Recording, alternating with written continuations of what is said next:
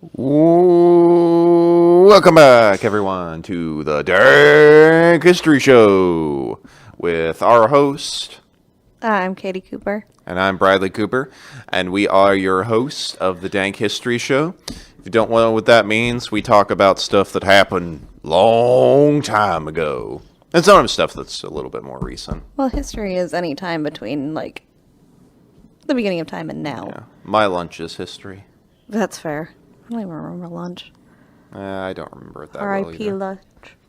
R.I.P. I miss you. lunch. Miss you already. I still remember you. Will you remember me? I hope not.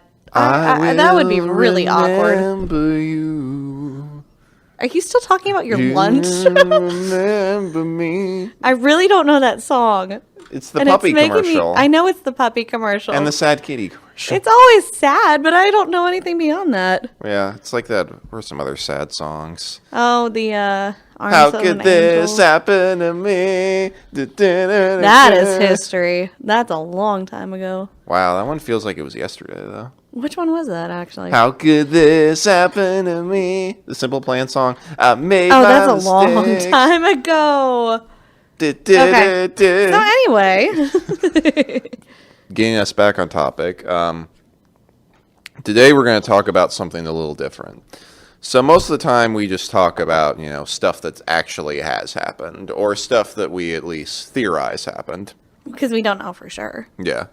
And history is a complicated thing because oftentimes nations and people and groups that you think would be the top dog weren't.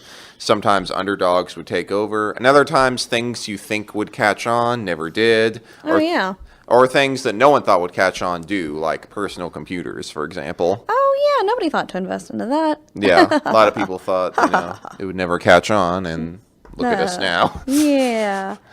Kind of did. A little bit. Too much. Just a little bit. Everything in this room is computerized. Just about everything. Except for the dinosaur. That's true. And the fly swatter. That's true. The fly swatter. If they ever come up with a computerized fly swatter, that will be the end of it. We need to ask Captain Matt to investigate that, to get us an electronic fly swatter. I don't think so. I feel like that would go through the walls. Yeah, you try to slap It would be it. a little too much. It destroys the whole wall, but not the fly. Exactly. And that's overkill. It is. It's too much, guys. Way overkill. But, so, crazy coincidences. Crazy coincidences. Coincidences. That is a hard That's a tongue twister. phrase. Those happen pretty regularly. And, whether you believe they're coincidences or not, there's a lot of events in history that seem to happen almost by random.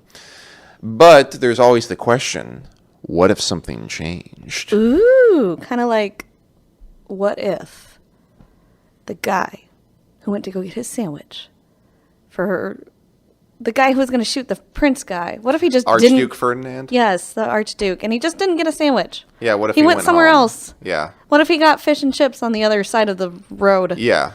Yeah, something like that. So, alternate history seeks to answer this question by looking at what would have happened if something in history would have changed. What would have happened if you hadn't met me? I really don't know. Exactly. We will never know. But it's fun to theorize. I'd probably be in... where would I be? The Bahamas. I'd be in the Bahamas getting hit by the hurricane right now. Ouch.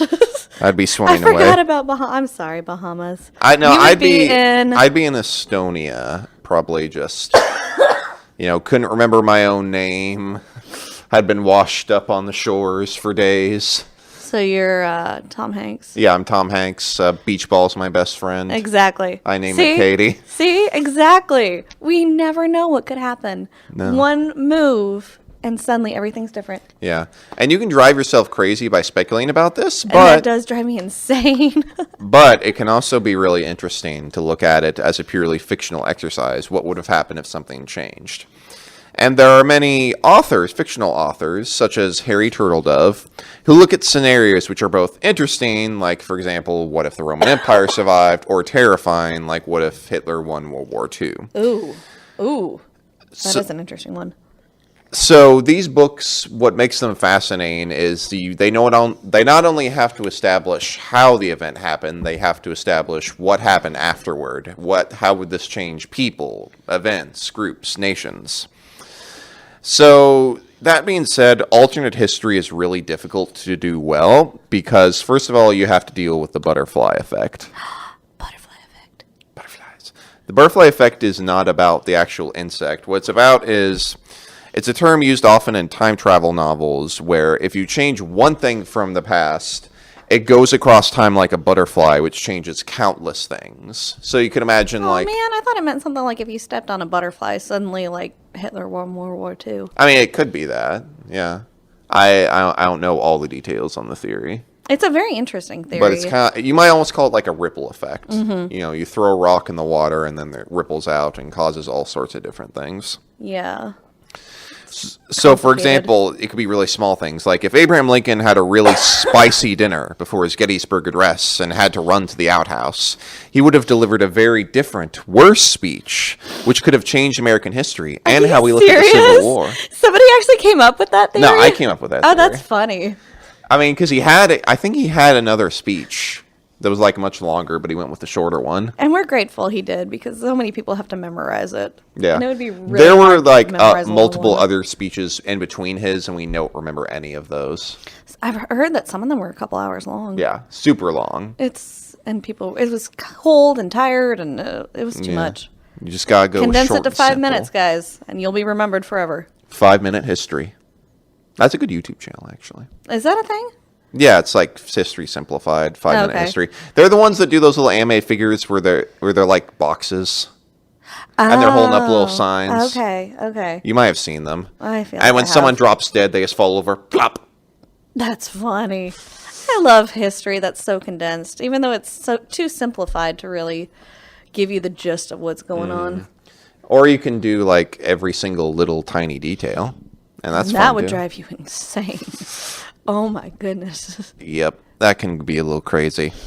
So, for this reason with the butterfly effect, all alternate history is just really good guessing, especially for big events. Because if you change something further back, if you change something that's way back in history, then you can basically change everything so that nothing looks familiar. But all that said, alternate history is still a lot of fun. Yeah. In this episode, we're going to talk about a few popular alternate histories as well. Some of them are popular, others I just thought were interesting. That there are books on, and others that aren't as well known. We'll discuss a little about how all of that could have happened and what its impact would be. And I just wanted to remind our guests, if you're interested in alternate history, there's a YouTube channel called Alt History Hub that talks a lot about these theories. And it's really colorful, and they've got good animation and graphics. Gotcha. So, the first scenario we have for you today is a controversial one, because we like to start with controversy. Don't we? Tomato. Do you like to talk to tomatoes? Oh, stop. I mean, I'm okay with controversy as long as we can keep the discussion going and we don't end up mad at each other. Yeets. Because Fair when true. everybody's mad at each other, it doesn't work. Yeah. Unless your whole goal is just to establish chaos. Oh, goodness. Can you imagine? Like the Punisher. The Punisher. Oh, good episode, Charlie Yes. and Levi. Good, very good episode. Anyway. So, first one is, what if the Confederacy won the Civil War? So, before I get into this, let me add a little caveat. So, there's this idea that somehow the South started the war to defend slave rights, but that's complete baloney. They started it to keep slavery. And full stop. And it's a good thing that they lost the war. Oh, I know so many people who would fight you over that. The problem with those people is that if you read... Not with those people, with their theory. With their theory, yes. You know, thank you for correcting my statement. Anyway. The problem with their thought is that all you have to do is look at what the southern states said about the war, like in their own constitution, their own documents, and they specifically mention this issue as the Exactly. primary one to keep this issue alive. And there's a whole lot of reasons for that, and a lot of it was purely economics. A lot of it had to do with the way they'd set up society down there. But anyway, the Civil War was about slavery. Now, that being said, that doesn't mean the North was, this purely anti-racist area. Oftentimes they were, and they could even be worse sometimes in the South. But the Confederacy clearly started the war because they wanted to defend the institution of slavery. Now we got that out of the way. Thank you. Let's talk about what America and the world would look like if the Confederacy won. And the world? Yes, this would affect the world. Ah. Well, keep going. Well, yeah, because even though America is isolated, they still would get involved in events. That's fair. So how would this even happen? So because the South already had the odds heavily stacked against them, the North had a population of about 18.5 million people, and the South only had about 5.5 million. And the 5.5 million was people who were white. They also had 3.5 million slaves. Oh, is that when they had the, what is it called? The Three-Fifths Compromise. Compromise, yes. Yeah. So nobody knows exactly what the number is. No one knows exactly, but that's a rough estimate. Okay. The North also had 3 times as much caste as the South did. Which is interesting because when you think of the South, at least maybe because I'm gone with the wind kind of person, you think of like rich plantations and Yeah, they did have like cotton fields and right. There were a lot of rich people down there, but the North had a much bigger industry. okay. So like a lot more factories and stuff like that. Okay, that makes sense. I know that's where New York and places like that are. It makes sense. So, however, the South did have some advantages. One was that they had a lot of land, which the Yes, North they did. the North would. I mean, we've driven through some of the South. There's a lot of land. It's all very hot It's hot. and There's muggy. a lot of plants. A lot of plants, a lot of peaches. Yes, there are. So the North would have to invade to conquer all these territories, and it's always easier to defend than to attack in a conflict. And a lot of times their critical cities were not on the borders, and their railway stations were very secure. So that automatically made it very difficult. But the South did make a few critical errors to begin with. And the fact that they really, kept their enlistment numbers low, they didn't try to, free any of their slaves to fight for them, that was obviously a big mistake. And by, just a little bit. by mistake, I mean tactical error. I'm not talking about morals at this point. Right. So, also, the South, even though they had to defend, they did take many offenses into the North. Well, a few. For example, General Robert E. Lee, I'm sure everyone knows that name, but for those who don't, he was probably the most famous Confederate general. He took offensive operations like at Gettysburg, Chancellorsville, and Antietam, and these operations really drained his manpower because they were often very costly and they were often defeats for the South. So, in order for the South to win, they would not only need to carefully manage their manpower, only play defense, they also needed a European ally. And this could have happened because most of Europe really kind of wanted the United States to fall apart. Because to them, most of them were monarchies, so they viewed like this upstart republic across the sea as being kind of questionable. In fact, there was this one article that wrote that he called it the American Colossus and said, "Oh, I can't wait for the American Colossus to fall apart. It's going to be a great day." Oh. I mean, Britain, It makes sense. Britain was still salty too about. Well, it hasn't even been 100 years. Since 7 years ago. Thanks. It hasn't even been 100 years since the Revolutionary War at this point. I only remember how long it was because of that line. Again, keep your speeches short. You'll be memorized. You'll be Exactly. remembered for all of history. It's all good. Yep. So they could have potentially gotten Britain or France as an ally because, Britain and France liked their cotton. Now, they didn't, and there are a number of reasons for that, but I won't get into that. But let's just assume, for this alternate history, they get Britain as an ally. With that, they're able to break the federal blockade around their coastline, and they're able to force the United States to come to terms. So, what's the aftermath of that? I'm still trying to think about, the logistics of it all.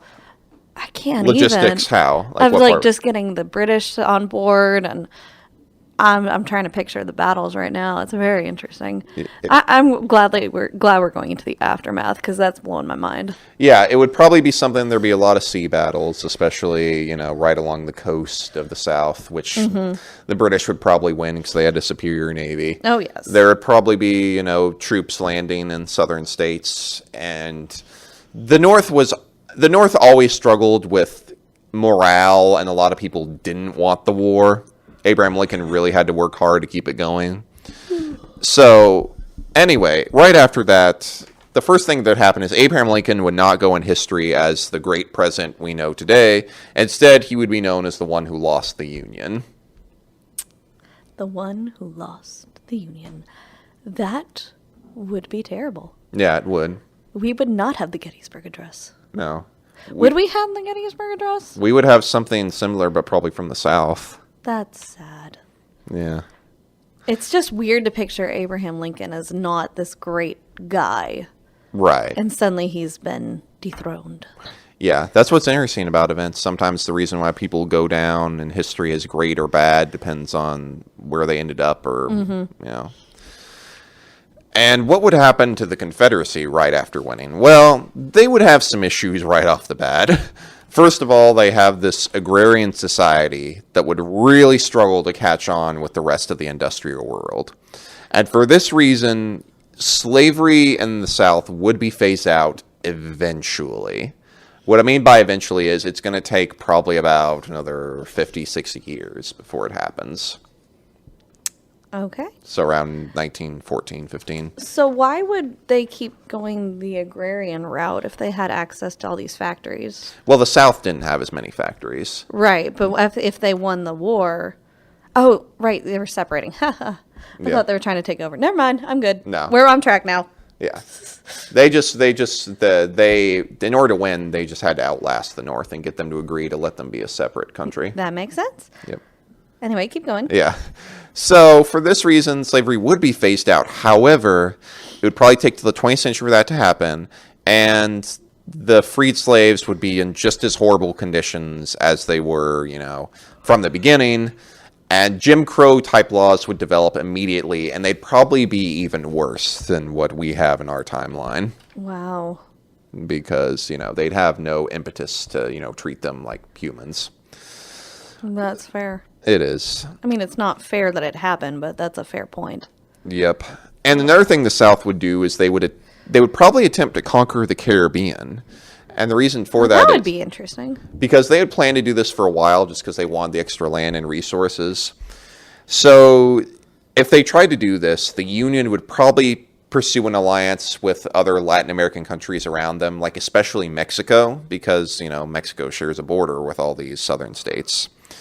And also in the Union, the Republican Party, which had basically begun around the time of Abraham Lincoln, that party would probably collapse in on itself, and we wouldn't have a Republican Party today. We'd probably have something that's named different. Yeah. Just because, the reason why the Democratic Party didn't win a lot of presidential elections after 1865 was because it was completely limited to the South. The Democrat Party was? Yes. Okay. That's I don't want to get too political on this show, but basically, this is discussed a lot. The Democratic Party was initially the party of the South, and in the 1900s and 1960s, it slowly began to shift, and it eventually became more of like the party of the North, and Republicans became the party of the South. Interesting. Now, there's lots of reasons why that happened. The biggest reason, and this is undisputed because even people in both parties have admitted this, the big reason is civil rights. Because when the Democrats supported it, a lot of Republican strategists began to sort of use that as sort of as a strategy to appeal to basically, Southern white voters. Okay. So, again, I'm not trying to get too political here. This is just undisputed facts. Okay. So anyway, now that we've survived that explosion. That was rough. Yep. So, what happens after all this, as the decades roll by? Oh my goodness. You wouldn't even think that just one war would ripple into all the others. Now that you're saying it could affect everything and anything. Right. And some of this information comes from Harry Turtledove's predictions in his book series, but it would definitely impact world politics, especially when you look forward into World War One. So Which wasn't that long after. No, if it you was. Think about it. The end of the Civil War came in 1865. World War One began in 1914. That's 49 years later.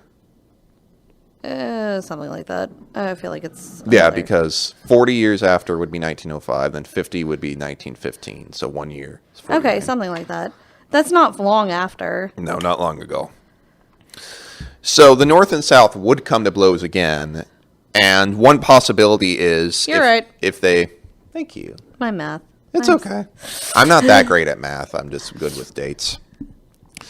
So another big possibility of this happening would be during World War One. So in our timeline, the United States was very friendly with England and France. You know, they were our more natural allies. But in this alternate timeline, the Union would probably hate England and France. Because they teamed up Yeah, with the South. Yeah, they teamed up with the South. So they would really begin to form a closer relationship with another new nation which emerged about the same time as the Civil War, and that is Germany. Oh, yeah. And there's a couple of reasons for that. One is just because they would be a natural ally, and the other is the North always had a pretty high German immigrant population. Even today, areas like Michigan and even Indiana to a lesser extent. I mean, Seymour is basically very German. You know, there are lots of German-American clubs all throughout the country. I had no idea. Welcome, people from Germany. Yeah. Also Scandinavia and I think Minnesota. That's right. Yeah, Minnesota. And Minnesota. Minnesota. All the Minnesotians came to Indiana. Is that what you're saying? No, I said, sorry, I also said also there's a large Scandinavian population. Oh, in Minnesota. I thought you meant like All the there's Minnesotans. Scandinavians, and all the Minnesotians decided to come to Indiana. All the Minnesotians decided to go to Scandinavia. That too. Minnesota. We're trying to piece the map right now. Hold on, I'm getting my thumbtacks. Yeah, it doesn't make sense. Ugh. You can't see me, but I'm doing that. It's Always Sunny in Philadelphia meme. Oh yeah, where he was pointing at the map. Yeah, and it's all angry red lines. So, Yes. when the Great War breaks out in 1914, because it would, America had an impact in world politics, but was also very isolationist. Mm-hmm. So, America changing in that way wouldn't prevent World War One from happening, because the roots of World War One had already been established. Yes. So, when the Great War breaks out, the Union would join up with the Central Powers, and that included Germany, Austria-Hungary, and the Ottoman Empire and Bulgaria. Interesting. And the Confederates would probably join up with the Allies, you know, England, France, Russia, and all the rest of those guys. Interesting. So, definitely a very big change. And what this would mean is there would be more fighting on U.S. soil, and it would basically be, we would see trench warfare along the border, the Mason-Dixon line, so from like, you know, Tennessee all the way across to Virginia, and probably all the way through the West as well. So there would be more fighting here? Yes, because there would be fighting between the Confederacy and Union, and that would take place basically across the entire because U.S. we were split. Mm-hmm. I keep forgetting that we're still on the alternate where we're completely separated from. Yes. The North and South are completely Yes. separated. That would be probably the biggest front in the entire war, actually. And That would be interesting because we haven't had a foreign war on our soil in a long time. No, we haven't. And you would also probably see some German, British, and French troops also fighting alongside us on those fronts as well. That's crazy. Yeah. It's crazy to think about. Oh, yeah, it is. It's like you might even see like Russians fighting in Tennessee or something like that. All because of the Civil War. Yep.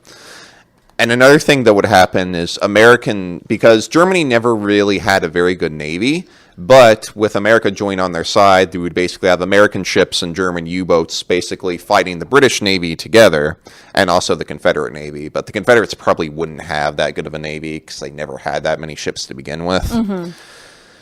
So there's a variety of things that could happen with this. But I'm going to say in this alternate timeline, the Union eventually defeats the Confederacy just because, they have bigger numbers and this war would be much bigger and it would be more impactful because, this would be a worldwide war. Right. And what would happen by this is they would likely take over a good deal of southern territory, probably a couple of states. And I'm not sure exactly what happened in Europe, but I'm going to assume for this one because in World War I, the U.S. didn't play a huge role in World War I in our timeline. Not really. But our extra troops did really help give the Allies the last boost to defeat Germany.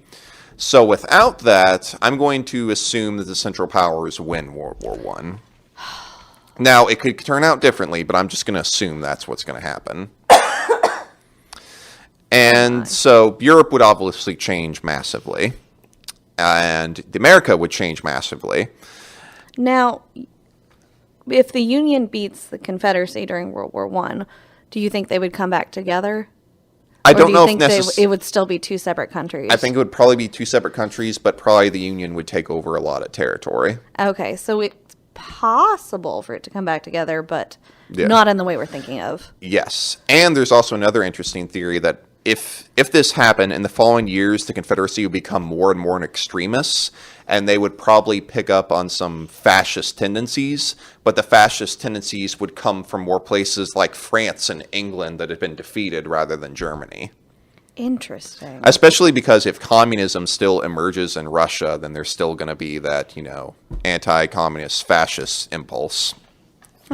So in time, the South would probably fight the Union again, and then they would get absolutely annihilated, and the U.S. would basically become one country again after just 80 not years. In the way that we would want. 80 years later. It's just dragged on, guys. Yeah. So if the Civil War had gone the South's favor, it wouldn't have stopped wars. It would just make them even worse. And the memory of the Civil War would be far more damaging than it is today. And this is just one theory. Yeah. It's not the ultimate, what this would have happened. No, that's the thing with all our history. It's just, theorizing, having fun. And there's so many more ways it could have gone, too. Oh, yeah, for sure. So the next one I'm going to is a little bit more obscure, the one we're going to talk about, and that is what if empire you probably have never heard of never fell. And this one is known as the Byzantine Empire. I've heard of it. I just don't know a lot about it. You talk about it a lot. Yes, I do. And it's not very well known for a variety of reasons, and that is because a lot of people think the Roman Empire fell long, long time ago, 5th century, whatever. But actually, it didn't quite happen like that because the eastern half of it continued to exist until about 1453, so over another 1,000 years. So, very long time. And the eastern half had been separated from the western half for a while. But so this empire continues for a long time, and they basically, in many ways, they keep alive the sort of Greek and Latin legacy that was left behind by the Western Roman Empire. But it eventually did collapse. It was conquered by a group known as the Ottoman Turks. The reason why they call them the Ottomans is that there was a guy who founded that particular group with them called Osman. Ottoman. Okay. It's known today. It had nothing to do with furniture. No. I'm sorry, guys. I mean, how tough could it be? It got overwhelmed by furniture. But what is an ottoman's like a footstool or something? Yeah. I mean, maybe that's where it came from. I don't know. Are there any furniture experts that can tell us? I don't know. Maybe it has something to do with like the foundation of like the Ottoman Empire. Could. Who knows? So the really center of the Byzantine Empire is a place we now know today as Istanbul, but back then was once Constantinople. It's Istanbul, it's Constantinople. Gone, time gone, Constantinople. Why Constantinople Why get the did works? they write that song, by the way? I have no idea. It seems like it came out of left field. But it's a good historical song. It is a good historical feel. Because why did Constantinople get the works? That's nobody's business but the Turks. Even New York was once New Amsterdam. Why'd they change it? I can't say. People just liked it better that way. Yes. So. Well, everything gets their name changed all the time. Right. What's very interesting about this group is that, number one, they have a very rich culture, very rich artwork. If you ever see the Blue Mosque, like pictures of it in Istanbul. It's really pretty. Yeah. It was initially called the Hagia Sophia. It was built in like the 500s. Very beautiful. And it always had its ups and downs. Like it was invaded by Arabic groups in the 700s, the Seljuk Turks in the 1000s, Crusaders in the 1200s. And it survived all that, and then it collapsed in the 1400s. So, It just had a big beating, and then it was like, yeah, I'm good. pretty much. We're done. We're done here, people. What's interesting about that is, modern-day Greece, for the longest time, Greeks actually called themselves Romans Why? because they consider themselves part of the Roman Empire. That's fair, since it was so far-reaching. Yeah. They didn't start calling themselves Greeks until, like, the 1800s, when they gained independence. Okay. Yep. That's probably why I probably got some Greek in me somewhere. You do, at some point. I wouldn't be surprised. I don't know if I have any of that in me. I'm pretty pale. Yeah. Yeah, Yeah. very pale. I know I'm Italian, but, like, I'm sure it far reaches into, like, Greekness. Yes. 'Cause, Do you like falafels? I love falafels.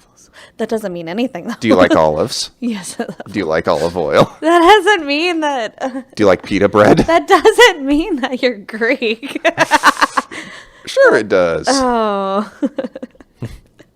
But What's- yeah, what's the some Roman oth- what- Empire went on. It extended beyond just Rome Italy. and Italy. It was massive. Yeah.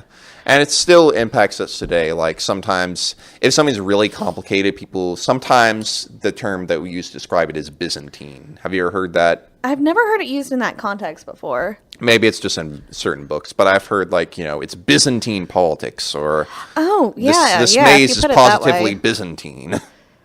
The Byzantine. And the reason why they called it that was because the politics and a lot of the laws and stuff and within this empire were incredibly complicated and crazy. I'm already a little confused just because of how big and massive and crazy the Byzantines were. Yep. So okay, coming back to this. This is a theory that they never ever were taken over. They never collapsed. They never ever collapsed, so they would still be around today. Yes. Okay, so what would that entail? So there's If enough. they wait, when did they collapse? 1453. 1453. So we're Okay. literally like 40 years before Columbus came over to America. So it seems like it's so long ago. Mm-hmm. If they were around today, would that be the longest empire?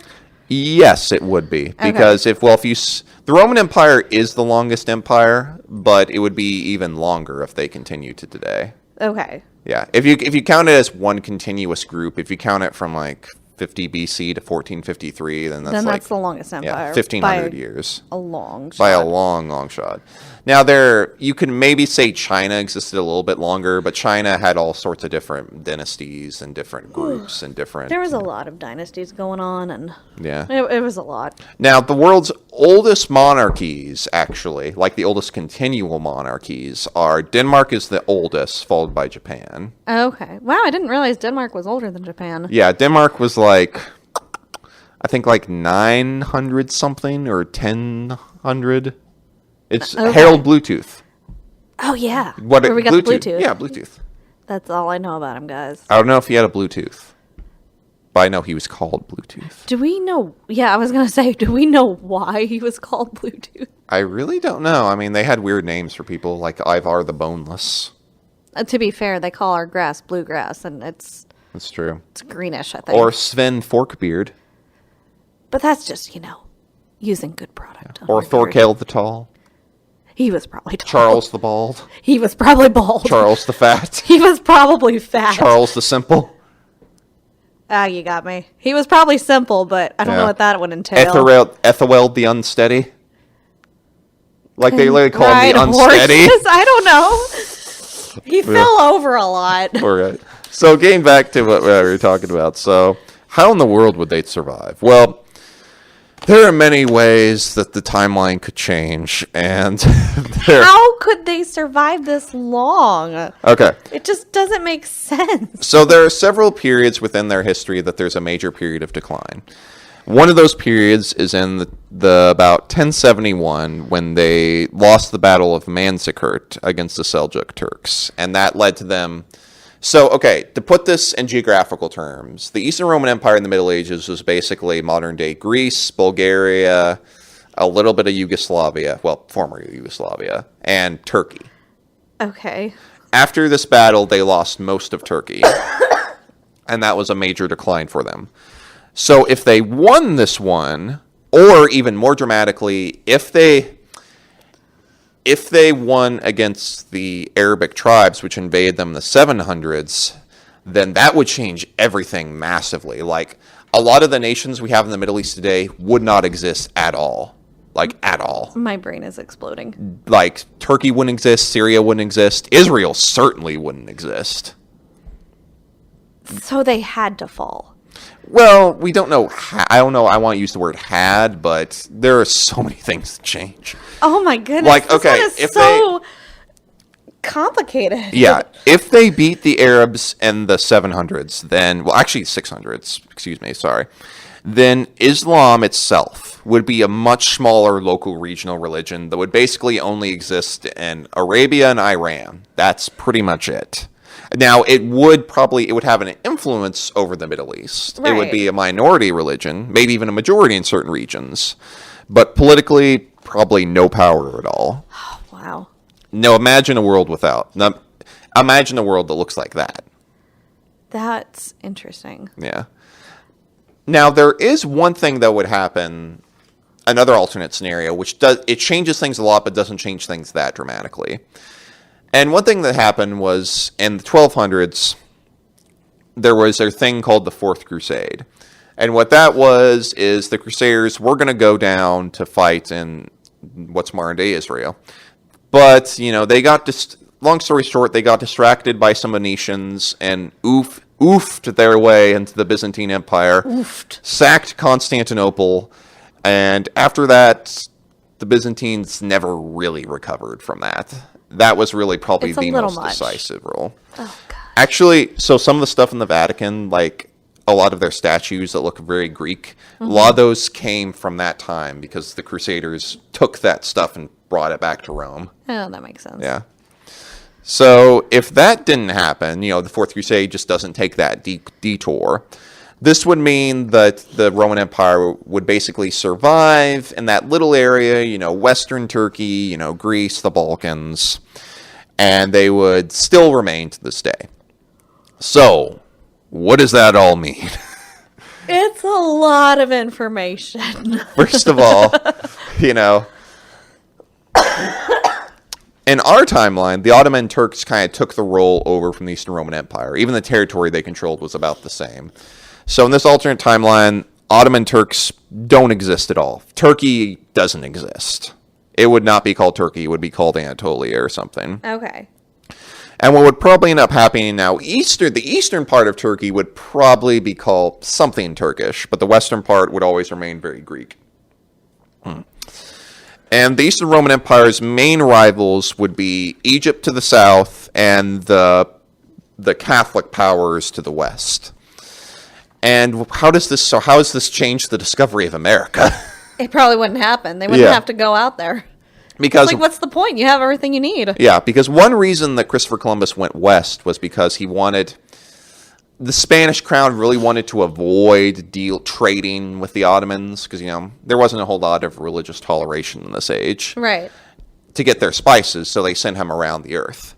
So with them having a quote-unquote Christian power in charge, they wouldn't have as much of a deal. But eventually someone would travel west just because they want to get around, want to get that spice directly.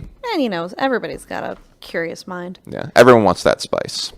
But this probably wouldn't happen until mid-1500s at best. So the other big change that would happen between this is the big divide that happened between Catholics and the Orthodox Church, because the Byzantines were Eastern Orthodoxy, the West was Catholics, and later Protestants. That big split came about because of the Fourth Crusade, the huge split. So that probably wouldn't happen. So the world would look incredibly different. Eventually, probably the Eastern Roman Empire would collapse under its own weight, just like the Ottomans did, but we would have And we'd have some sort of Greek state, but it would look a lot different. Mm-hmm. So a lot of things change once you start messing with stuff in the Middle Ages. Yes, my brain is hurting right now. Well, your brain's about to hurt a whole lot more because No! now we're going to talk about if the country we're in right now never existed. If the country we're in right now, okay, are you talking like the physical country or the idea of the United States? The idea. Okay, because the country, like, if it was underwater or like never. Then... There are theories like that, like, what if the Great Lakes never existed, or what if, a big flood. Oh, my brain. But this is fun. So if the United States of America, the country, the idea, the notion, the spirit, the empire. Yeah. If that never existed. Yeah. So gosh. this is actually in some ways a little simpler. It's just basically if this is as long as the Byzantine, I'm walking out right now. No, it's not as long. That was long and confusing. It is confusing, especially middle age stuff. Middle Ages. So United States. This is very simple. It's what if the colonies lost the War of Independence? From 1775 to 1783. They'd still be under the crown of the king. Yeah. How would this happen? Would we all be speaking the Queen's English? What do you think? I don't think so. Because, language changes. Right. Dialects change. It's like even people in... Australia? What am I thinking of? I don't know.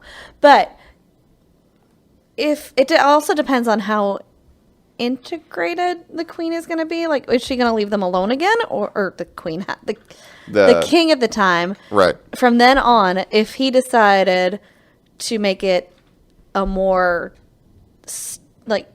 take more control over it instead of letting them be more independent like before. Right. I don't know. Yeah, it's hard to say. I think our language would be different from British English, but it would probably... Maybe closer. Yeah, it would probably... I'd say, honestly, it would probably look more like the Australian dialect. I can see that. Yeah.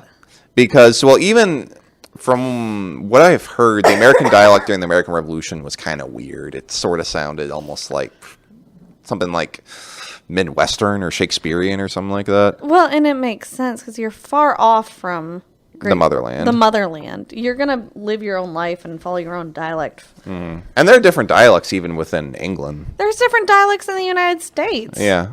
Oop. And Oop. Oof. And crocky. Just kidding. Crocky. That's Australia. Oath, mate. I know this Sheila. Blokes. All right. So, good day, mate. So how in the world could this happen? Language. So the first possibility of how this could happen is there is just not as much enthusiasm in the independence movement. And there were many times where a lot of American troops in the army just wanted to go home. Like, for example, in 1776, America had lost a lot of battles, and a lot of troops, their terms of service were basically up, and they could go home. And George Washington and the others had to convince them to stay. Right. There were also times like in Valley Forge in 1777, 1778, where winter was really bad, and a lot of people didn't want to stay. And there were times when they suffered a lot of defeats, where morale was low, and people, they just were done with it. And that's understandable. Yeah. And if they hadn't been convinced to stay and they had just dissipated, then the American Revolution is over. Just like that. And a story, like, you could just walk out. You're good. Yeah. It's over. Yeah. Because if you run out of troops, you're done. Even if it means they walked out. Yeah. Then it would just be another side note of just, By the way, there was a scuffle in the 1770s. Yeah. But really, you can read through a history book and you'll see all these, like, revolts that happen constantly. And this revolt got crushed and that revolt got crushed. It would just be a side note, if anything. Yeah. And another way this could happen is if the British armies worked a little bit better together. Because one reason the American Revolution did so well was there was a lot of rivalry between the different British generals and guys like Clinton and Howe, and that caused major issues. I had no idea. That's interesting. Because some of them, had their own goals. Some of them didn't want to do anything. So that caused a lot of tension, a lot of problems. So if they had pushed the pressure on the U.S. and managed to force multiple defeats, that would have been a big change. Or they had simply prevented Washington from being able to run away, because this is one thing we don't usually know. Washington probably lost most of the battles he fought in. He was just good at being able to retreat and not have his entire army get captured or destroyed. He was good at regrouping. Yes, regrouping. Not so great at the fighting. Yes. And part of that was just because, the troops he was using, part of it was just the tactics, and, Most of them were like Minutemen. They haven't really been trained. No, Minutemen against regulars, so. And these people, the regulars have been trained for a lot of their lives. Yes. It's apples to oranges, really. Oh, yeah. And another thing that would have caused the U.S. to lose if it hadn't had support from France, because France, because it had lost the French-Indian War 7 years ago, really wanted to get back at Britain. So they supported the United States with gunpowder, guns, ammunition, money. And later, through the work of Benjamin Franklin, they became involved with troops and, ships. And that's one big reason why we had won. And if they hadn't have done that, then there's no way the U.S. could have won. Or, to put it more simply, the revolution could have never have happened. There's a lot of ways that the revolution couldn't have happened. Like, okay, let's say, there's because before the revolution started, there was a lot of escalation because they didn't want to pay taxes because no taxation without representation. Parliament would repeal it, but then say, oh, but we can still do it, and we're going to put this on you, and then we're going to do this. So if they actually worked with them. Yeah. Or even just, this is our rule, you guys have to deal with it. Yeah. And they were like, okay, fine. Yeah, if there had been a little bit more diplomacy and not so much grandstanding, the revolution could have been prevented because it was basically an escalation. One thing led to another, led to another, led to another, led to another. This is why you have to be careful. You do have to be careful. You have to de-escalate things before it gets out of hand and you start a revolution. Mm-hmm. Like if they had not shut down Boston Harbor because a few dudes threw some tea. That definitely sent them over the edge. Yeah, and it's pretty crazy that they did that because it was just one group that did that. It wasn't like the whole city did it. They were doing it on their own. It was Sam Adams and his group of individuals. Good old Sam Adams. I could do a whole episode about that guy. Maybe I will. I don't know. Yeah, why not? So, I'd want to do an episode on Benedict Arnold. No, he's one of my favorite Fascinated figures. by Benedict Arnold. Yeah, one of my favorite figures. Just because he's interesting. Mm-hmm. So, what happens to this colonies in this place we're living in now? So, it's possible there would be other revolts against British, but for the sake of the scenario, I'm going to say they're going to fail as well. We're just going to go ahead and say that the colonies kept being the colonies and Great Britain kept being lord over them. Yeah. So the colonies continued as these decentralized areas that were mostly self-governing, although the British would intervene from time to time and they'd have to pay taxes. And the British, because of that, they put more of their focus on their American colonies, and they probably wouldn't put as much focus on like going after other places like Africa in the 1800s. Do you really think they would add more resources over here?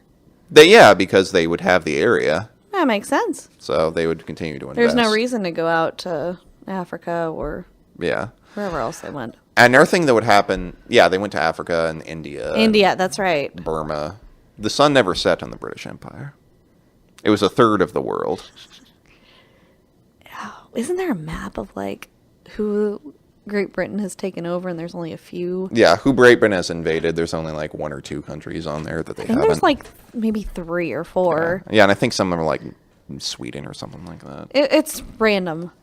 Yeah. Great Britain wants to take over. They do. Have they just given up on that? Well, I mean, after World War II and after like a couple of other things, the empire just sort of faded away. Empires went out of style after, those 2 world wars. Other things that would happen is that areas like South America, which they weren't completely inspired by the American Revolution, but they took a lot of their ideas and impetus from there, they would take much longer to revolt as well. Because they were inspired by the success of the American Revolution and the Haitian Revolution, too, which took place in the 1790s.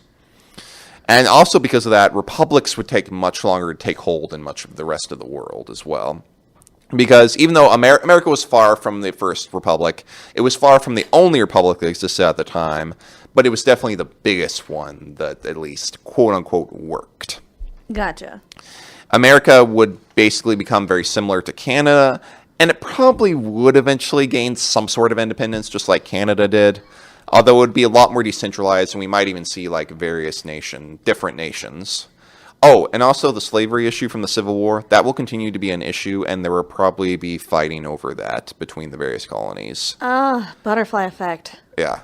That's going to continue to be an issue, especially because, the British were very anti-slavery, so if they ban slavery, then, there's going to be more problems in the South. There's so many weaves and tangly stuff. Now my brain is like going, okay, well, if that happened, then, slavery, and then, like, we're going to go straight into World War I and II, and even, like, today. Yeah.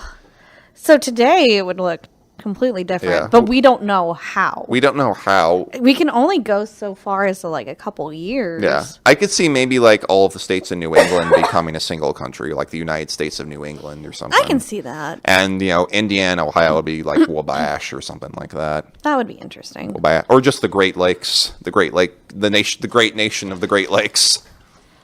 I'd like to be in the Great We Nation may of the never Great have Lakes. met. Yeah, we Because might. I'm from Kentucky. Yeah, we might have been in different countries. Well, I don't know. It depends on how travel is. But if you need a probably not. passport. Oh, So that's so weird. that would change things a lot. Oh my god. And the last alternate history I have is one related to America, but it's a little bit further back. Oh, And that's what if Christopher Columbus never came? not quite. So a lot of people know this, but some don't. And way back in the 1000s, there was a guy named Leif Erikson. He Yes. was from Greenland, basically what we call Leif them Erikson. Vikings, but they were Scandinavians. They came over to America. They called Vinland, but we know today as Canada or North America. So they came over there. They established a few little colonies. They didn't last, and they basically disappeared from history. Okay. But what if they'd actually stayed? So when they first arrived, they tried to establish some places, but they really ran into problems both with conflict with the natives, and there's a story about how they traded them some cheese for some goods, and then all of a sudden the native groups attacked them. And one theory is that the Native Americans were probably lactose intolerant. Which makes sense because they didn't have any dairy farmers. So there's this theory they probably thought they had been poisoned by them. So That's so sad. I mean, I don't mean to laugh, but that's so sad. it is. Because cheese is delightful if you're not lactose intolerant. And it's hard to communicate when you don't speak the same language. Exactly. Like imagine trying to speak Norse with like some guy from Canada. It wouldn't work. Yeah. But and they also had internal problems as well because, there were lots of angry Vikings that didn't get along too well with others. Especially Eric the Red and his daughter. They were very combative. Well, I mean, they're red. Yeah. Leif Erikson Redheads, Leif though. Erikson was a good boy, supposedly. Redheads, though. Yeah. We're angry. We're angry people. Very temperamental. Eric the Red got banned from 2 countries. You know you're doing wrong when you get banned from 2 countries. Yep. So let's say they somehow managed to set up permanent settlements. By the way, which 2 countries? Iceland and Norway. Okay, keep going. So how would our world look different? Well, these settlements would be in Canada, and they could be, somewhat large. And they would basically become very Scandinavian-focused areas. Now, how they would interact with the Native Canadian or Native American tribes, we don't really know. There probably would have been a lot of war, but there probably wouldn't have been like the huge colonization mindset that we see in today, where the British were just interested in pushing them out. They probably would have intermixed more with the native groups than other places. Because that's pretty much what had happened to the Vikings in other areas they went to. They went to England and France, and they basically intermixed with the natives, basically. They were the natives. Yeah. No matter where you go, they're the natives. Exactly. If you go to France, they're the native French. Yep. If you go to, I don't know, I'm trying to think of another one. England. Or Italy or Nigeria. They're the native people. Yep. So Vinland would become it would either stay as one place or it would split into different kingdoms or whatever. But Vinland would be more well known in Europe because in our timeline, Vinland really wasn't that well known. It was just a side note in some sagas, which people were like, well, that could be, fiction. Who cares? But it would become more well known, and so It actually does exist. the rest of Europe would probably start looking west a little bit sooner than they did in our timeline. So you might see, them starting to come over in like the 1300s after the Black Plague or something like that. Right. So that would be pretty scary. And another thing that would happen was that Norse would basically become a much stronger language, and we would probably see, places like America, it would be heavily Norwegian-based language. And we would never call it America. We'd probably call it, Vinland or something like that. Because America was literally this Italian... It was an Italian guy whose last name was Vespucci Amerigo. Yeah. Or Amerigo Vespucci. It was something like that. Yeah. So we're named after an Italian man. I don't know if you knew that. Yes, I did. I've known that for about a few years now. Do you feel proud to be named, to live in a place named after one of your people? Honestly, I like Finland better. Yeah, Vinland's pretty dope. Because it sounds like there's vines. Yeah. And I think that was the point behind it. Leif Erikson wasn't very good at naming places. Like, he went to a place with lost stones, and he called it Stone Land. Not like that. No, it's funny. Yeah.